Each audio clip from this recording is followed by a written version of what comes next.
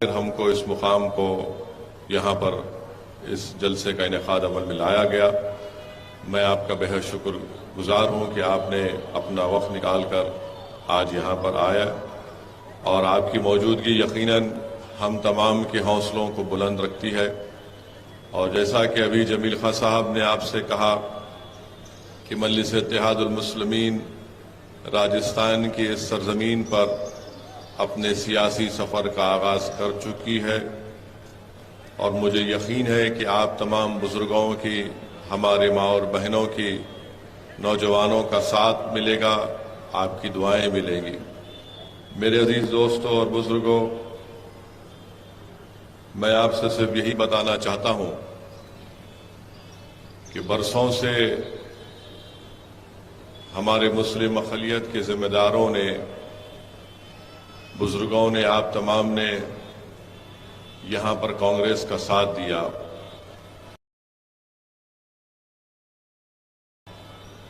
मैं जो कुछ आपके दरमियान में आज कह रहा हूँ, मैं चाहता हूँ कि आप लोग बड़ी संजीदगी के साथ मेरी इस बात को सुने और जब आप वापस अपने अपने घर या मुकामात को तशरीफ लेकर जाएंगे तो आप मेरी इन बातों पर थोड़ा जोर डालकर सोचिए और एक अच्छा फैसला लीजिए। मजलिस इत्तेहादुल मुस्लिमीन की जानिब से हमने राजस्थान के मुसलमानों के ताल्लुक से एक रिपोर्ट भी तैयार की। उस रिपोर्ट को हमने मंजर आम पर लाया। यहीं जयपुर में माह रमज़ान में इस रिपोर्ट को रिलीज भी किया गया था, जिसमें एक्सपर्ट्स और माहिरीन ने उस रिपोर्ट को तैयार किया। वो रिपोर्ट इंटरनेट पर दस्तयाब है। मैं नौजवानों से, बुजुर्गों से अपील करूंगा कि आप उस रिपोर्ट को जरूर पढ़ें। वो रिपोर्ट ये बताती है कि राजस्थान में 3 अगर मुस्लिम बच्चे हैं तो उसमें से 1 बच्चे का वजन अंडरवेट है, यानी 3 मुस्लिम बच्चों में से 1 मुसलमानों का बच्चा या बच्ची अंडरवेट है। उसका मतलब यह है कि जो उस उम्र में उसका वजन होना चाहिए वो उससे कम होता है। दूसरा, उस रिपोर्ट में ये बात सामने आई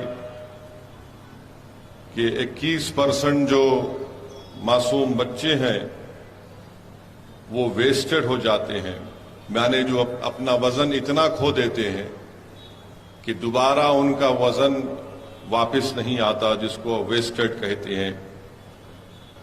और 35% बच्चे ऐसे हैं जो स्टंटेड हैं। ये उस रिपोर्ट में ये फाइंडिंग्स आई हैं। उसमें यह भी बताया गया कि जो राजस्थान में मुसलमान ओबीसी हैं उनमें इलिटरेसी रेट यानी खवानगी का जो तनासुब है वो हमारे शेड्यूल ट्राइब भाइयों से ज्यादा है, इलिटरेसी का तनासुब। और राजस्थान के मुसलमान दूसरी रियासतों के मुसलमानों से बैकवर्ड हैं। इसके बावजूद भी हम पर इल्जाम लगता है कि हम फलां टीम है, इनके लिए कर रहे हैं, उनके लिए काम कर रहे हैं। राजस्थान में हायर लेवल ऑफ एजुकेशन में सबसे ज्यादा ड्रॉप आउट रेट है मुसलमानों का। एनरोलमेंट जो मुसलमानों का है वो हमारे दलित और शेड्यूल ट्राइब के भाइयों से कम है। माने पूरे स्कूलिंग के अगर आप पहली जमात से, फर्स्ट क्लास से 8, 9, 10 तक, 11 तक देखें तो सबसे कम एनरोलमेंट होता है। राजस्थान में मुसलमानों की आबादी 9% और हायर एजुकेशन में एनरोलमेंट होता है सिर्फ 2%। ये इस रिपोर्ट में ये बहुत सी बातें सामने आई।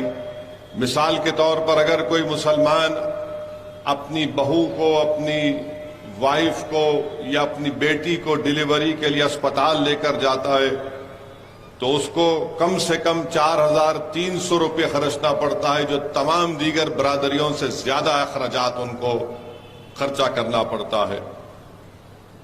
उसमें यह भी मालूम हुआ कि राजस्थान में मुसलमानों के 60% बच्चे एनीमिक हैं, यानी जिस्म में उनके खून की कमी है।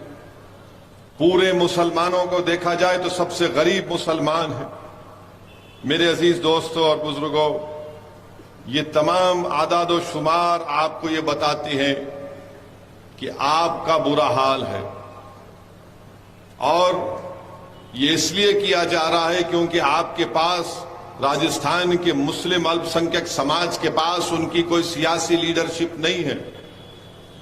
अगर आपकी सियासी लीडरशिप होगी, आपकी एक आजाद सियासी लीडरशिप होगी, तो यकीनन ये तमाम तकालीफ का सामना आपको नहीं करना पड़ेगा, क्योंकि आपकी एक आवाज, एक सियासी नेता होगा, लीडरशिप होगा जो इन नाइंसाफियों के खिलाफ आवाज उठाएगा।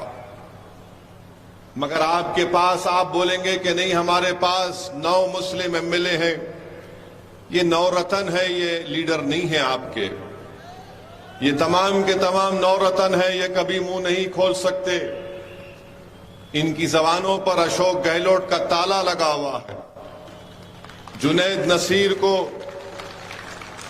और नसीर के वाक़े में उनको किडनैप करके हरियाणा ले जाकर जिंदा जला दिया गया। ये 9 रतनों में इतनी हिम्मत नहीं थी कि जुनैद और नसीर के बारे में कुछ बोल सके। जाना तो दूर की बात, मुझे यहां से जमील खान ने फोन किया, इमरान साहब ने कहा कि सर आपको आना पड़ेगा, घाटमीठा जाना है। हमने कहा आएंगे। मैं गया जुनैद और नसीर के गांव को, वहां पर मुलाकात, उनके घर वालों से मुलाकात हुई। मुख्यमंत्री को बार बार याद दिलाना पड़ा अशोक गहलोत साहब को कि आप जाइए। बड़ी मुश्किल से वहां पर पहुंचे। अब जुनैद नसीर के पास आप देखिए कि उसमें भी डिस्क्रिमिनेशन, उसमें भी तासुबियत का मुजाहरा किया गया।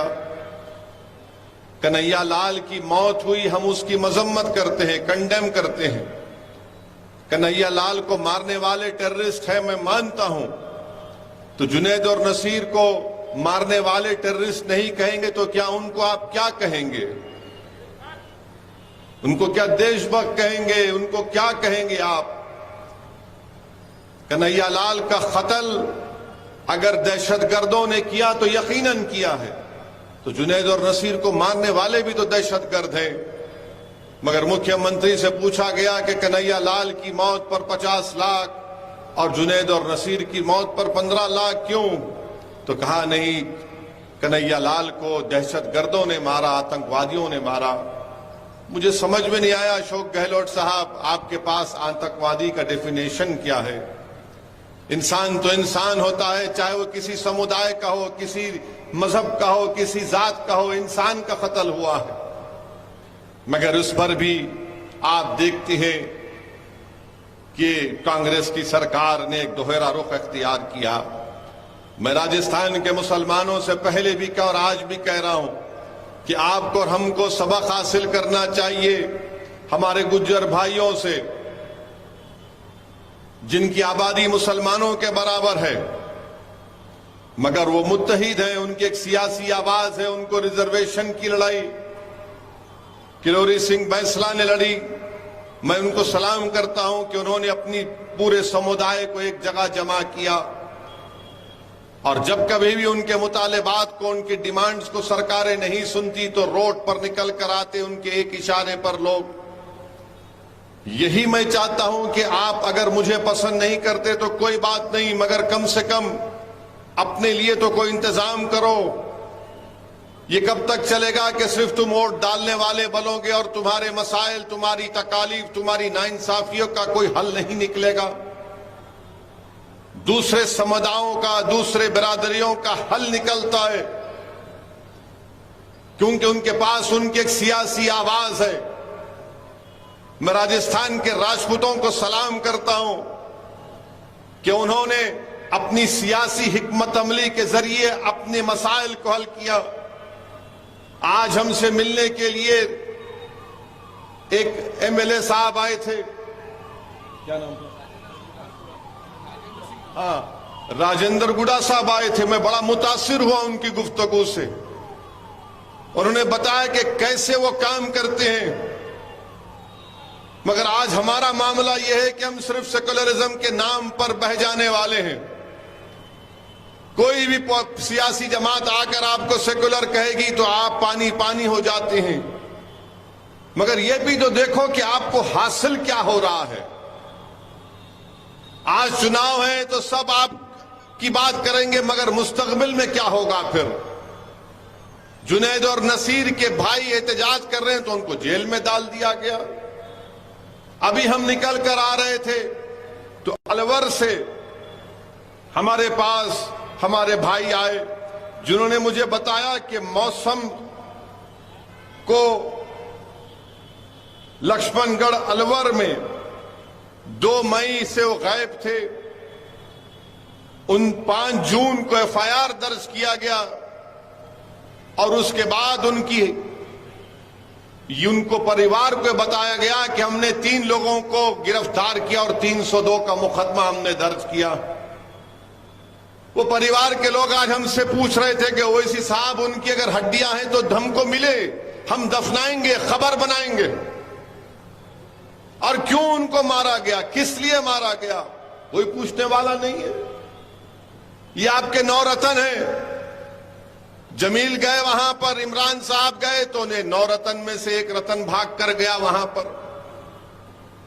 कोई आवाज ही नहीं उठती। हाजी बस में जा रहे हैं और हाजी की बस पर फतरे फेंके जाते हैं, मगर सेकुलर सरकार है। मेरे अजीज दोस्तों और बुजुर्गों, बहुत से मसाइल हैं। मैं आपको जज्बात में लाए बगैर आपसे सिर्फ यही अर्ज करना चाहूंगा कि एक मर्तबा आप अपनी एक सियासी लीडरशिप के लिए काम करिए। यहां पर वक्फ की जमीन है, नवाब कलान की जयपुर डेवलपमेंट अथॉरिटी उसका हर्राज करने जा रही है। क्या कोई वक्फ की जमीन का हर्राज कर सकता है गवर्नमेंट? अशोक गहलोत साहब को बताना पड़ेगा कि कैसे आपकी सरकार वक्फ की जमीन की हर्राज करती है। यहां पर आपके 9 रतन कुछ बोलते नहीं है। जयपुर में खोरना बिसाल की मस्जिद पर हमला हुआ, कांग्रेस की सरकार है। अलवर में मस्जिद पर हमला हुआ, कांग्रेस की सरकार है। यहां पर संगानगर एरिया में मुस्लिम हॉस्टल के लिए जमीन दी गई। इतनी ताकतवर अशोक गहलोत की सरकार है कि बीजेपी के विधायक ने उसकी मुखालिफत की, वो ठंडे बस्ते में डाल दी गई। खुद इनके कांग्रेस के पार्षद पर मुकदमे बुक हो जाते हैं। मेरे अजीज दोस्तों और बुजुर्गों, इसीलिए हम आपसे अपील कर रहे हैं कि मेरी इन बातों पर गौर करिए। आप याद रखिए कि भारत की राजनीति की तल्ख हकीकत यह है कि जिसके पास उसका सियासी नेता होगा उसी की आवाज को सुना जाएगा। अगर आप ये समझ रहे हैं कि नहीं कांग्रेस है, कांग्रेस है, कांग्रेस मुंह नहीं खोल सकती। कांग्रेस को सिर्फ धोखा देना आता है मुसलमानों को। अब आप बताइए कि रिजर्वेशन क्यों नहीं दिया जाता मुसलमानों को? मुसलमानों की रिजर्वेशन देने के लिए एक सर्वे हो रहा था, उस सर्वे को रोक दिया गया। क्यों? बीजेपी ने इनको डराया कि सर्वे कराएंगे, तो अशोक गहलोत ने सर्वे को रुका दिया। और यही कांग्रेस के नेता कर्नाटका के इलेक्शन में कहते हैं कि ओबीसी का सर्वे होना चाहिए। अरे अगर ओबीसी का सर्वे होना चाहिए तो हम भी चाहते हैं, मगर राजस्थान में जो मुसलमान ओबीसी उनका सर्वे क्यों नहीं होगा? उनका सर्वे होना चाहिए। अब आप बताइए कि यहां पर हमारी कई बिरादरियां हैं, मुस्लिम मिरासी हैं, इनका एक ऑफिसर नहीं है, एक एमएलए नहीं है, एक सरपंच नहीं है। 2021 में राजस्थान के हाईकोर्ट ने कहा कि इनके एप्लीकेशन पर गौर करके फैसला लो, मगर कांग्रेस की सरकार फैसला नहीं लेती। आप बताइए कि मगनियार है, लंगा है, दादी है, दमानी है, बैती है, बारात है, नागरची है, मेवाती है, मेयो है, इस पर ना तो मोदी बात करते हैं, ना राहुल बात करते हैं, ना अशोक गहलोत बात करते हैं। इनको रिजर्वेशन क्यों नहीं दिया जाता? पसमानदगी की बुनियाद पर, सोशल एजुकेशनल बैकवर्डनेस की बुनियाद पर रिजर्वेशन मिलना चाहिए। मजहब के नाम पर हम नहीं कह रहे। अच्छा अज़ा हो रही।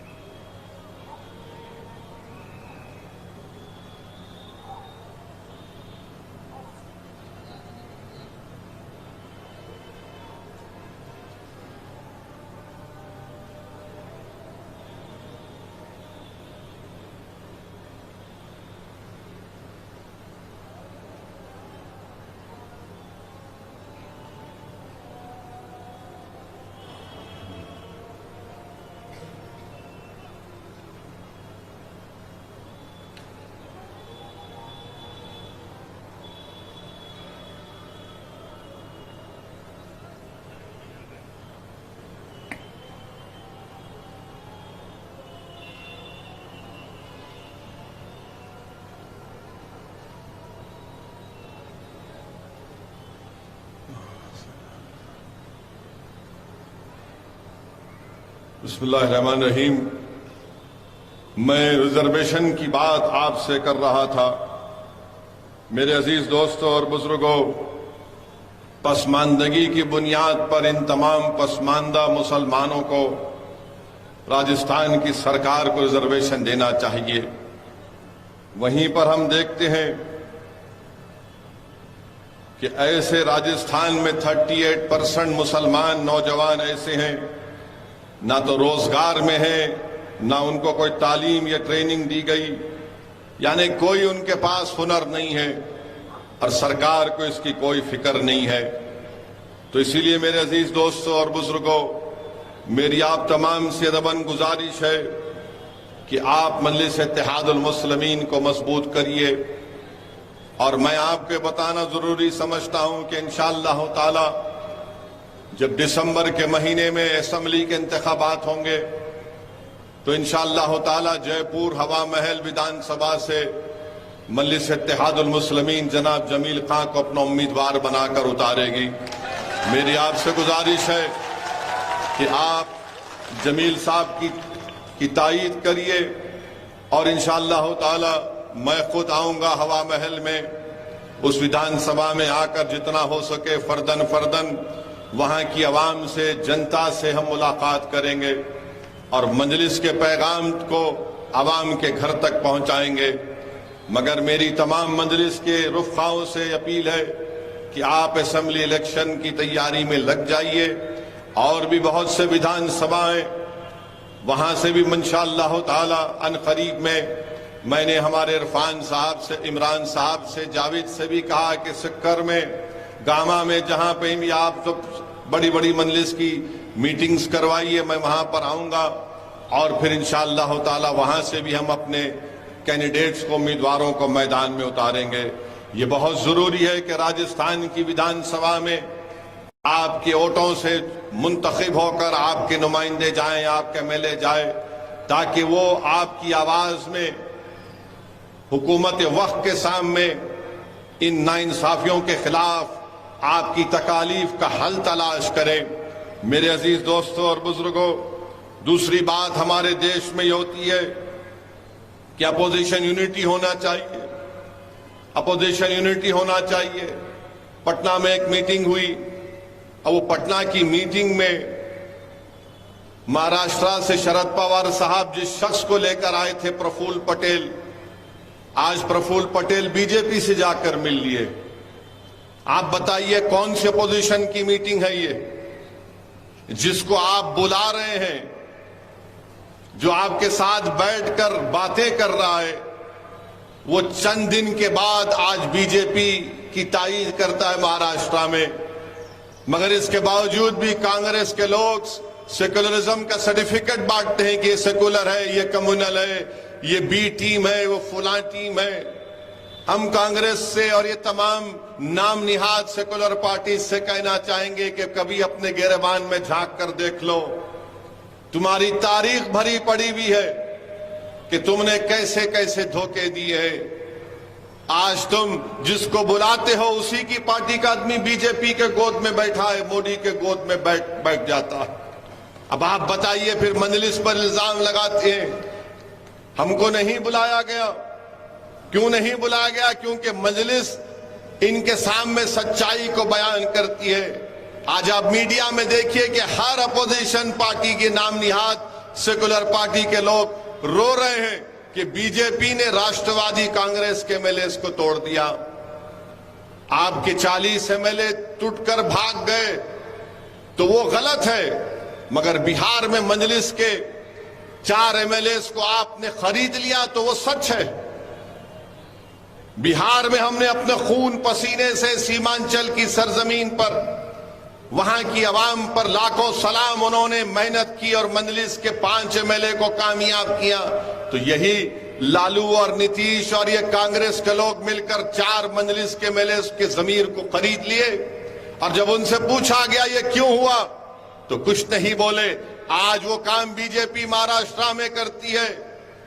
तो ये तमाम के तमाम मीडिया में आकर रो रहे हैं, पुकार रहे हैं। याद रखो, अगर बिहार में जो मजलिस के एमएलए से हुआ गलत है तो फिर महाराष्ट्र में जो हुआ वो गलत होगा।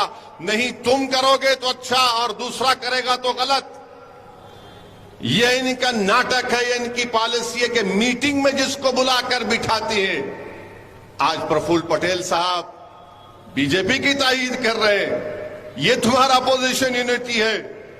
अरे छोड़ो, ये सर्टिफिकेट बांटने की दुकान बंद करो। तुमको अगर बीजेपी को रोकना है तो आइडियोलॉजी की बुनियाद पर रोको। बीजेपी से मुकाबला करना है तो एक एजेंडा बनाओ। ये नहीं हो सकता कि नहीं हम जो करेंगे वो सच है और दूसरों को, सबको गुलामों की तरह आपके सामने सर झुकाकर खड़ा होना पड़ेगा। ये नहीं होने वाला है। अब आवाम बेदार हो चुकी है, नौजवान बेदार हो चुका है। तुम सिर्फ झूठ बोल बोल कर मुस्लिम अकलियत का वोट तो ले लेते हो, मगर उसके बाद तुम बीजेपी को हरा नहीं पाते।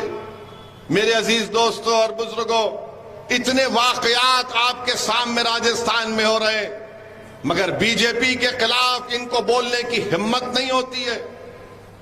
कांग्रेस पार्टी में ये नौरतन बैठे हैं, इनको मुंह नहीं खोला जाता, इनको मुंह खोलने की इजाजत नहीं है। इतना बड़ा मसला बीजेपी देश के सामने ला रही है, कि यूनिफॉर्म सिविल कोड की बात देश के प्रधानमंत्री नरेंद्र मोदी करते, हम पूछना चाहती है कांग्रेस में जो नौ रत्न बैठे हैं, बोलो, मुंह खोलो, तुम्हारी राय क्या है? क्या तुम उसके खिलाफ हो या तुम उसकी ताईद में है? बोलो। और ये जो बीजेपी की ताईद में ये रंग बिरंग के कपड़े पहनकर जो ओबामा के बयान पर बड़ा बड़ा तबसरा करते, तुम भी बोलो यूसीसी के बारे में तुम्हारी राय क्या है? ओबामा के बयान पर तो बड़ा बढ़ चढ़कर बोले क्योंकि पप्पा को खुश करना था, मगर जब यूसीसी की बात आई तो सन्नाटा है। कांग्रेस पार्टी खुल के नहीं बोलती कि यूसीसी के बारे में नहीं, अभी हम ठहरेंगे। कमीशन को तो लिख कर दो कि यूसीसी के बारे में तुम्हारा मौकफ क्या है। पहले लॉ कमीशन की रिपोर्ट थी, चौहान साहब उसके चेयरमैन थे, मजलिस ने लिख कर दिया कि मुखालिफत करते हैं। हम यूसीसी की मुखालिफत इसलिए करते हैं क्योंकि भारत में प्लुरलिज्म और भारत का सेकुलरिज्म पूरे विश्व में एक अलग है। आज हम हमारे हिंदू भाइयों से भी अपील करना चाहेंगे कि 10 लाख हिंदू घराने ऐसे हाउस होल्ड हैं जो हिंदू अनडिवाइडेड फैमिली में उनको टैक्स रिबेट मिलता है।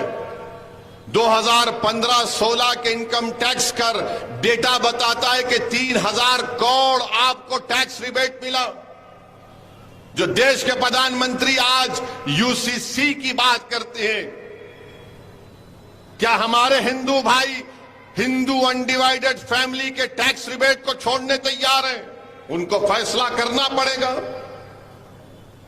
देश के प्रधानमंत्री बोलते हैं कि एक घर में 2 कानून कैसे होंगे। देश के प्रधानमंत्री आपको जो लिख कर दे देते हैं, आप पढ़ देते हैं। मैं जानता हूं कि आप बहुत पढ़े लिखे हैं, इस पर कोई इनकार नहीं है। देश के प्रधानमंत्री के पास वो डिग्री है जो किसी नागरिक के पास नहीं है। देश के प्रधानमंत्री के पास एंटायर पॉलिटिकल साइंस की डिग्री है। तो देश के प्रधानमंत्री को हम बताना चाह रहे हैं कि एक घर में 2 कानून, तो संविधान में कंकरेंट लिस्ट क्या है, यूनियन लिस्ट क्या है, स्टेट लिस्ट क्या है? प्रधानमंत्री अगर आप देख लेते तो मालूम होता। नहीं, एक घर में 2 कानून कैसे चलेंगे? प्रधानमंत्री union list, state list, concurrent list. प्रधानमंत्री को सिर्फ 44 से मोहब्बत है। प्रधानमंत्री ये जानते नहीं है या नहीं जानते नहीं मालूम कि डायरेक्टिव प्रिंसिपल 19 है और उस 19 में शेल एंडेवर का वर्ड सिर्फ यहां पर इस्तेमाल हुआ। एंडेवर के माने क्या है अंग्रेजी में? कि कोशिश करो। यहां पर प्रधानमंत्री वो भी उसको चाप लेते हैं। डायरेक्टिव प्रिंसिपल में शराब का पाबंदी आयत की बात की गई। बंद कर दो शराब। जितने जयपुर में शराब की दुकानें हैं पूरे बंद कर दो। जितने दिल्ली में, मुंबई में है पूरे बंद कर दो। अच्छा, नहीं बंद कर सकते तो ये कह दो कि जुमा और हफ्ते के दिन बंद करेंगे। तो अगर जुमे और हफ्ते के दिन बंद करेंगे तो रोड पर लोग निकल कर आ जाएंगे कि हमको विड्रॉल सिम्टम्स हो रहे हैं, हमको कुत्ते की पेशाब पीने की आदत है, हम पीना चाह रहे हैं। वो डायरेक्टिव प्रिंसिपल की बात नहीं होती। डायरेक्टिव प्रिंसिपल में यह भी है संविधान में कि भारत की दौलत सब में बराबर बांटी जाए। मगर भारत की दौलत किसके पास है? भारत की दौलत किसके पास है बताता हूं आपको। माने भारत की दौलत के बारे में अगर आप देखेंगे तो आपको जानकर तकलीफ होगी कि हमारे देश की दौलत कितने लोगों के पास है। 50 लोग, 55 लोगों के पास 60% भारत की दौलत है। प्रधानमंत्री तो आप तो गरीब परिवार से आए, आप तो चाय बेच कर आए ना, तो गरीबी का एहसास आपको है। मगर पूरी दौलत इनके पास है, मगर प्रधानमंत्री उस पर बात नहीं करेंगे। डायरेक्टिव प्रिंसिपल में यह भी है सिर्फ 44। भारत के प्रधानमंत्री को जानना चाहिए कि यह भारत है। ये भारत है, यहां पर प्रधानमंत्री बात करते समानता के लिए। प्रधानमंत्री, समानता अनेकता अलग चीज है। ये देश मुख्तलिफ रंग का है, इसलिए नेहरू ने कहा था कि भारत क्या है, भारत एक रजाई की तरह है। नेहरू ने कहा था जिसमें रंग बिरंग के कपड़े लगे हुए, ये भारत की खूबसूरती है। भारत के प्रधानमंत्री समानता की बात करते हैं। मेरे देश के प्रधानमंत्री को कोई समझाए जाकर के समानता और अनेकता अलग अलग चीज है। भारत के प्रधानमंत्री को समझना चाहिए कि नॉर्थ ईस्ट में संगमा चीफ मिनिस्टर हैं मेघालय के, उन्होंने तनकीद की बीजेपी के साथ हैं कि इस देश में यूनिफॉर्म सिविल कोड लाया जाएगा तो मेघालय, नागालैंड, नॉर्थ ईस्ट में लोग रोड पर निकल कर आ जाएंगे। आसाम में, नॉर्थ ईस्ट में आप बीजेपी आरएसएस से पूछो कि मुसलमान एक से ज्यादा शादी करता, अरे रिकॉर्ड है तो बताओ, बताओ रिकॉर्ड है तो कि हम कितनी शादियां करते हैं और हमारे हिंदू भाई कितनी दूसरी शादियां करते हैं। सिर्फ 0.6% का फर्क है जो लास्ट डेटा बनाया गया था, एक शादी से ज्यादा का। मगर बीजेपी के पास नहीं, बोल दिया इनको कि मुसलमान बहुत, अरे कहां है डेटा बताओ। नॉर्थ ईस्ट में पॉलीगैमी नहीं, पॉलीएंड्री भी होती है। पॉलीएंड्री का मतलब क्या है कि एक खातून कई मर्दों से शादी करती है। खत्म करेंगे बीजेपी आरएसएस वाले पॉलीएंड्री को। आर्टिकल 371 के अख्तियारात को खत्म करेंगे आप, उस पर कोई बात नहीं करते। भारत के प्रधानमंत्री को जानना चाहिए कि अंग्रेजी का जो वर्ड है, देश अब तक मजबूत रहा क्यों, यूनिटी एंड डाइवर्सिटी के नाम पर। मगर नरेंद्र मोदी देश को 2 मिनट नूडल की तरह चलाना चाहते हैं। 2 मिनट में नूडल बनता ना, खोलो डालो गरम पाक खा लो। देश के प्रधानमंत्री, ये भारत है, 133 करोड़ का देश है, इसको 2 मिनट नूडल की तरह नहीं चला सकते आप। और फिर आप जानते हैं कि ये महाद्वीप है, भारत नहीं है, महाद्वीप है ये। यहां पर आप यूसीसी की बात करते हैं, क्या यह बात सच नहीं है कि जमींदारी अबॉलिशन हो गया मगर हमारे हिंदू बेटियों को एग्रीकल्चर लैंड नहीं दिया जाता, उसका प्रोटेक्शन संविधान के 6 शेड्यूल में डाल दिया गया। निकालेंगे क्या उसको, आप बताइए हमको। भारत के प्रधानमंत्री कहते हैं एक घर में 2 कानून क्यों।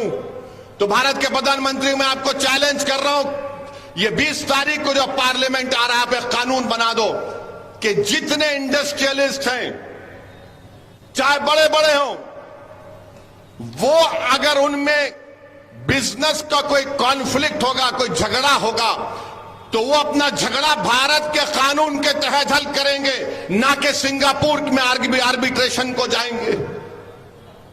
बड़ी बड़ी कंपनियां जो करोड़ों रुपया का कॉन्ट्रैक्ट करती हैं, अरबों रुपये का, अगर उनमें इख्तलाफ या झगड़ा होता है तो सिंगापुर के आर्बिट्रेशन को मानते, भारत के कानून को नहीं मानते। बताइए प्रधानमंत्री, देशभक्ति कहां चले गई? देशभक्ति कहां चले गई आपकी? आर्बिट्रेशन सिंगापुर का होगा, देश का नहीं हो सकता क्या? आप बैन लगा दीजिए, सिंगापुर का आर्बिट्रेशन नहीं, देश का होगा। आप बताइए मेरे अजीज दोस्तों और बुजुर्गों, यूसीसी क्यों लाना चाहती हैं? यूसीसी क्यों लाना चाहती हैं?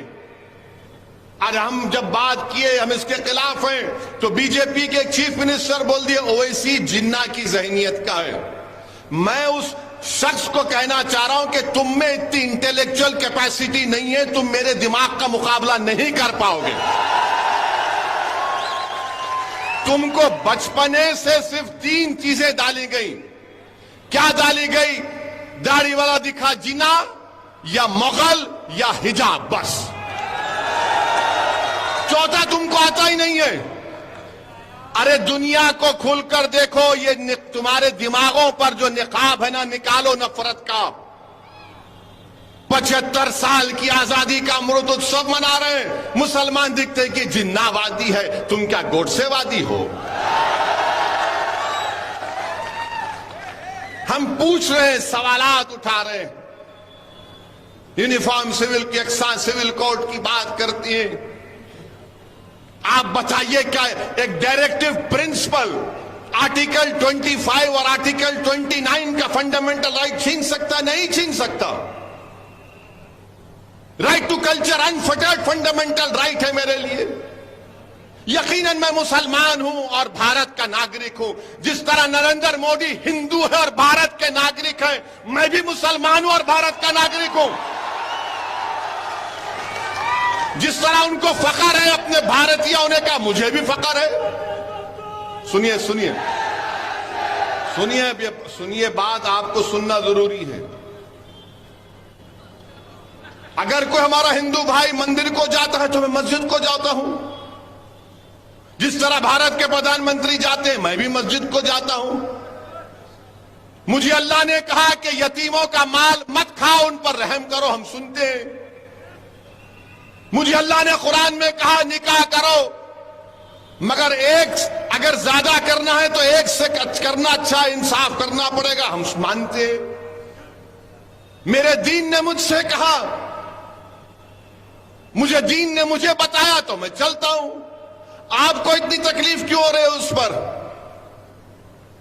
अगर आपको इख्तियार हासिल है अपने मजहब पर चलने का और आपकी भारत से मोहब्बत पर कोई शक नहीं किया जाता, तो मेरी मोहब्बत पर शक किस बुनियाद पर?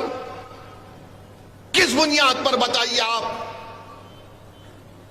मगर नहीं, दिमागों में डाल दिया गया। अरे भाई साहब, इस देश की खूबसूरती इसका प्लुरलिज्म है, इसका सेकुलरिज्म है। अब देश के प्रधानमंत्री, एक घर में दो कानून, कैसे प्रधानमंत्री? हर रियासत का, स्टेट का सीआरपीसी अलग है। आपको पता है? नहीं मालूम मुझे। सीआरपीसी अलग है, अलग कानून है। बाज स्टेट में आपको बेल का कानून मुख्तलिफ है।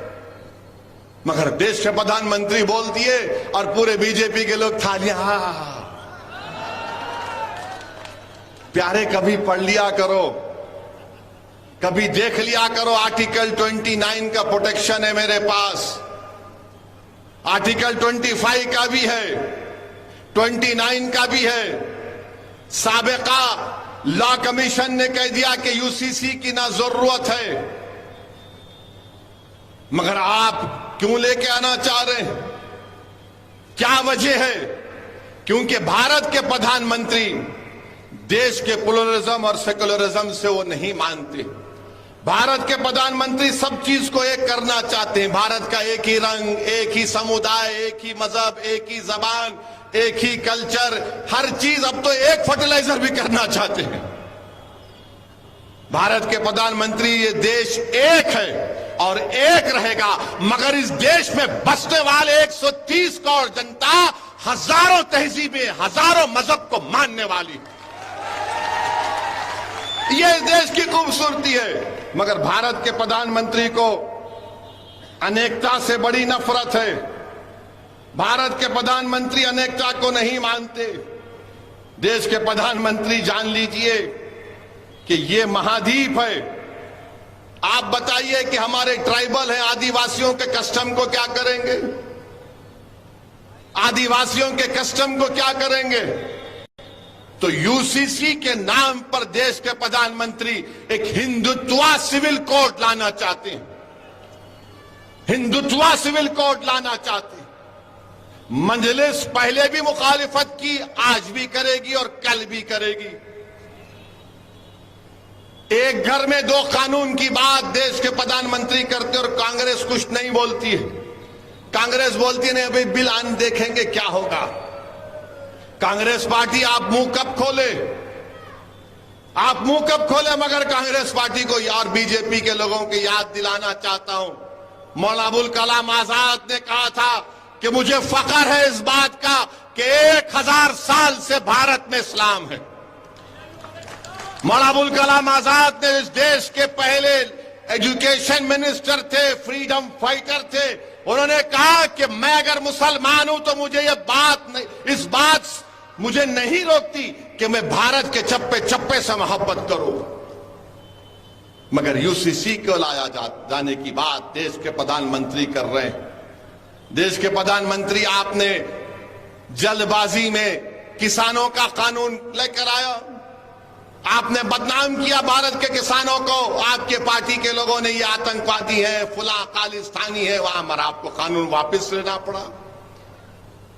आपको हम कह रहे हैं कि सोच लीजिए, चुनाव जीतने के लिए अगर आप कोई काम करना चाह रहे हैं तो याद रखिए, मेरा फंडामेंटल राइट मुझसे कोई नहीं छीन सकता।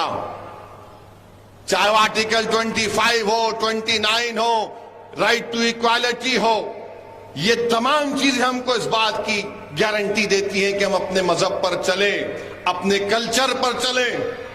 और हम रोज देखते हैं मीडिया वाले, यूसीसी की बात हो रही, बुरखा में बहन को दिखा रहे हैं। यूसीसी की बात हो रही, बुरखा में बहन को दिखा रहे। अरे दिखाने वालों, बिल्किस बानो को दिखाओ, बिल्किस बानो को दिखाओ ना। जुनैद और नसीर के घर के उन बच्चों को दिखाओ। मॉब लिंचिंग के नाम पर जो मारा जा रहा है उनको दिखाओ।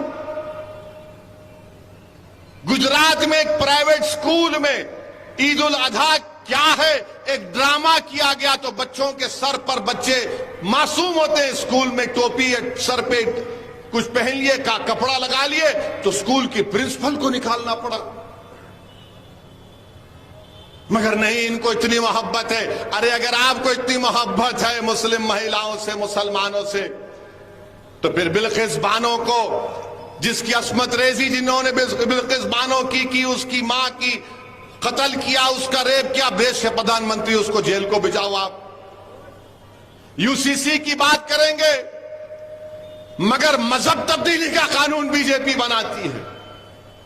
यूसीसी की बात करेंगे मगर गुजरात में एक हिंदू मुसलमान को घर नहीं बेच सकता, एक मुसलमान हिंदू को घर नहीं बेच सकता, मगर यूसीसी की बात करेंगे। तो मेरे अजीज दोस्तों और बुजुर्गों, ये मुल्क के हालात हैं। इंशाअल्लाह ताला हमको अपने हौसलों को बुलंद रखना है, हमको हरगिज मायूस नहीं होना है। मगर मैं आपसे फिर से कह रहा हूं कि अगर आज से 60 साल, आज से अगर 70 साल पहले हमारे बुजुर्गों ने मुसलमानों की सियासी लीडरशिप पर काम किया होता तो आज ये दिन देखना नहीं पड़ता।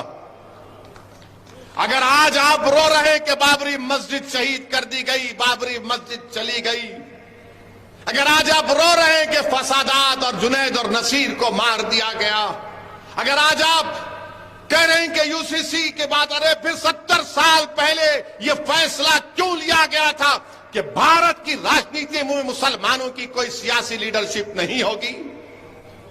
क्यों लिया था? किसने लिया था? बताओ, लेने वालों बताओ, तुमने फैसला क्यों लिया था? अगर आज तुम वो फैसला नहीं लेते तो भारत के मुसलमानों की एक सियासी लीडरशिप होती।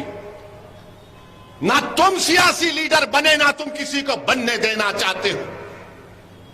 तुम यही समझते रहे कि नहीं सेकुलर, अरे कौन सेकुलर है? बताओ मुझे, बताओ सेकुलरिज्म के माने क्या है? जो संविधान में सेकुलरिज्म लिखा हुआ है मैं मानता हूं और मानता रहूंगा, मगर जो सियासी सेकुलरिज्म है वो ठगने के लिए इस्तेमाल होता है, धोखा देने के लिए इस्तेमाल होता है। आज आप बताइए कि आज हिंदुस्तान टाइम्स अखबार की रिपोर्ट है, देश के प्रधानमंत्री अशोक गहलोत को उस रिपोर्ट को पढ़ना चाहिए कि जो मुसलमानों में अपर कास्ट हैं उनकी हालत हमारे हिंदू ओबीसी से भी कम है, उनकी हालत हिंदू ओबीसी से कम है। मगर आज वो लोग आएंगे, चुनाव जैसा आएगा तो बोलेंगे नहीं ओवैसी सिर्फ जज्बाती तकरीर करता है। अरे मैं तकरीर करता हूं तो फैक्ट सामने रखता हूं, सच्चाई को सामने रखता हूं, मगर आप सिर्फ अपने फायदे के लिए गुलामी करते हैं। मैं अपने फायदे के लिए नहीं लड़ रहा हूं, मैं मजलूमों के फायदे के लिए लड़ रहा हूं। अगर मुझे अपने फायदे के लिए करना होता तो मैं हैदराबाद से निकलकर राजस्थान नहीं आता। अगर मुझे अपने फायदे के लिए करना होता तो मैं हैदराबाद से निकलकर जुनैद और नसीर के घर को नहीं जाता। अगर मुझे अपने फायदे के लिए करना पड़ता तो भारत के कोने कोने में नहीं जाता मैं। अगर मुझे अपने फायदे के लिए करना होता तो मेरी गाड़ी पर 6 गोलियां चलाई गई, मैं घर में बैठ जाता, मगर मैं नहीं बैठा। तो मैं ये इसलिए नहीं कह रहा हूं कि आपसे थाली या सीटी की दाद हासिल करूं। मैं तुम्हारे थालियों का तारीफ का मोहताज नहीं हूं, मैं अल्लाह का मोहताज था और अल्लाह का मोहताज रहूंगा। मैं आपको सिर्फ ये बता रहा हूं, मैं बता रहा हूं कि फर्क को महसूस करो, तुम फर्क को महसूस करो। नौजवानों, मुस्तकबिल तुम्हारा है, मुस्तकबिल आपका है। हमारे नौजवान बेटियों का, बेटों का मुस्तकबिल है। जो लोग 60 साल के हो गए उनका मुस्तकबिल नहीं है। जो 18 साल के हैं, 22 साल के, 25 साल के, कल तुम भारत को लेकर आगे बढ़ोगे। भारत के फैसले तुम्हारे कंधों पर रखकर किए जाएंगे। अगर तुम तैयार नहीं होगे तो फिर क्या होगा? तुम सिर्फ अगर थाली मारोगे और सेकुलरिज्म के नाम पर कोई मौलाना मस्जिद में बोल देंगे चुनाव आ रहे हैं, सेकुलर पार्टी को वोट दे दो। उसके बाद क्या होता है? चुनाव हो जाते और जुल्म जारी रहता, जुल्म खत्म नहीं होता, नाइंसाफी खत्म नहीं होती। अरे 75 साल हो गए देश को आजाद होकर। भारत को अगर ताकतवर बनाना है तो भारत में सबसे कमजोर दलितों के बाद अगर कोई है तो मुसलमान है। भारत सुपर पावर उसी वक्त बनेगा जब कमजोर ताकतवर बनेगा और मुसलमान और दलित आदिवासी ताकतवर बनेंगे। वो कब होगा? जज्बाती तकरीर से नहीं, थालियों से नहीं, जब तुम अपने दिलो दिमाग में इस बात को ठान लोगे कि चाहे कुछ भी हो जाए, अब मैं अपनी लीडरशिप को बनाऊंगा, मैं हारने से नहीं डरूंगा, मैं लड़ूंगा और कामयाब होऊंगा। अगर तुम हारने से डरोगे तो जिंदगी में तुम कभी कामयाब नहीं हो सकोगे। मैं अपनी जिंदगी का तजुर्बा तुम्हारे सामने रख रहा हूं। तुम हारने से डरना छोड़ दो। तुम हार को अपनी हार मत मानो, बल्कि कहो कि मुझे आगे बढ़ना। मेरे अजीज दोस्तों, बुजुर्गों, ये दुनिया में हम अगर हारेंगे तो आखिरत में तो कामयाब होंगे ना। अगर तुम हार के डर से बैठ जाओगे तो फिर कामयाबी तुम्हारे कदम को नहीं चूमेगी। अरे बहादुर वो लोग हैं जो नतीजे की फिक्र नहीं करते, मंजिल पर नजर रखकर जद्दोजहद करते। आपको अपनी सियासी लीडरशिप बनाना है। एक मजलिस का जलसा जयपुर में नहीं होने के लिए पूरी अशोक गहलोत की सरकार परेशान हो जाती है। मुझे उसकी फिक्र नहीं है कि जलसा यहां पर हुआ, और भी होंगे, और भी होंगे, मैं आऊंगा। मेरा कोई काम नहीं है सिवाय मजलिस के काम करने के। मेरे अजीज दोस्तों और बुजुर्गों, कांग्रेस के लोग बड़ी बड़ी बातें कर रहे हैं, वो ऐसा ऐलान कर दिए, वो फुला कर दिए। अरे भाई साहब, क्या हमको नजर नहीं आता कि आपके पार्टी में क्या हो रहा है? आपकी पार्टी में कितने लोग तैयार बैठे हैं? आप ही के घर में कितने लोग मौके के इंतजार में हैं? हमसे भी बात करते हैं, हमने कहा अभी रुक जाइए, टाइम पर बताएंगे। मगर मेरे अजीज दोस्तों और बुजुर्गों, यकीनन इस मुल्क में फिरका परस्ती को रोकना है। यकीनन देश के इस सेकुलरिज्म को, इसकी खूबसूरती को, अनेकता को बरकरार रखना है। मगर ये जिम्मेदारी सिर्फ हम मुसलमानों की नहीं। अगर अशोक गहलोत के बेटे लोकसभा का चुनाव हार गए तो क्या वैसी जिम्मेदार है? मैं जिम्मेदार हूं, थोड़ा बताइए आप। अगर उनके एक साथी नाराज हैं तो क्या मैं जिम्मेदार हूं उसका? मेरे अजीज दोस्तों और बुजुर्गों, डराएंगे आपको बीजेपी का नाम लेकर, आपको डराया जाएगा। ये तमाम बातें कहकर ओवैसी का नाम लेकर तो डराते ही हैं, मगर आपसे अपील कर रहा हूं कि आप डरिए मत, आप सच्चाई का साथ दीजिए। मैं आपसे अपील कर रहा हूं कि यकीनन बीजेपी को हराएंगे, मगर बीजेपी को हराने का मतलब यह नहीं है कि मैं अपना घर जला दूंगा। बीजेपी को हराएंगे जरूर, मगर इसका यह मतलब नहीं है कि और जुनैद नसीर मारे जाएं। बीजेपी को जरूर हराएंगे, मगर इसका यह मतलब नहीं है कि और एक मौसम के जिस्म के चार चार टुकड़े हो जाएं। अरे कोई तो तुम्हारी आवाज को उठाए, कोई तो तुम्हारी लिए लड़े।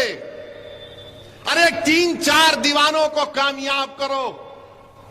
भारत की पार्लियामेंट में 540 एमपी हैं, मजलिस के सिर्फ 2 हैं, मगर जब इन दोनों में से कोई एक खड़ा हो जाता है तो गरीबों को और मजलूमों को लगता है कि अब सुनना पड़ेगा कि 6 मिनट में क्या जलजला आने वाला है। मेरे भाई, ये हम क्यों बोल सकते हैं? क्योंकि आपकी ताईद, आपका इत्तेहाद हमारे साथ है। इसीलिए मेरी आपसे गुजारिश है, बिलखुसूस नौजवानों से गुजारिश है कि आप फैसला करो, अच्छा फैसला लो। आप, हम राजस्थान में आए हैं और आते रहेंगे। एक बार जहां पर हम अपना परचम लगाते हैं तो हम उस जगह से पीछे हटने वाले नहीं हैं। और मुझे यकीन है कि राजस्थान की जनता, राजस्थान की आवाम, राजस्थान के गरीब और मजलूम लोग मजलिस के पैगाम को समझते हैं। वो मजलिस को अपने दिलों में जगह देंगे, मुकाम देंगे। मुझे यकीन है कि उन गरीबों के घर में हमारी आवाज पहुंचेगी। मुझे यकीन है कि अल्लाह सुब्हाना व तआला आपके दिलों में मजलिस की मोहब्बत को पैदा करेगा और वो मोहब्बत एक सियासी लीडरशिप के रूप में बनेगी यहां पर इंशाअल्लाह। तो मेरे अजीज दोस्तों, राजस्थान में हम ये ऐलान कर रहे हैं कि राजस्थान में एक स्टेट एग्जीक्यूटिव बॉडी की तश्कील होगी।